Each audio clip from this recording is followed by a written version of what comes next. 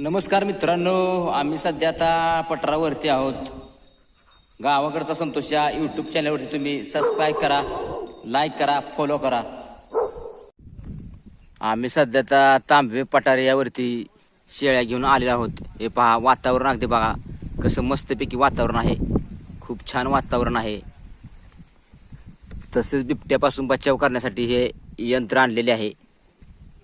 याचा आवाज मोठ्या प्रमाणात येतो व बिबट्या धुडकावून लावायचा आवाजात मोठा येतो. तसेच हे पहा, आमचा गब्बर आहे.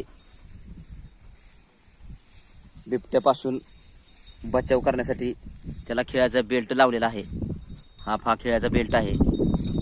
जरी तो धरण्यासाठी आला तर त्याला नरड्यापाशी हल्ला करता येत नाही.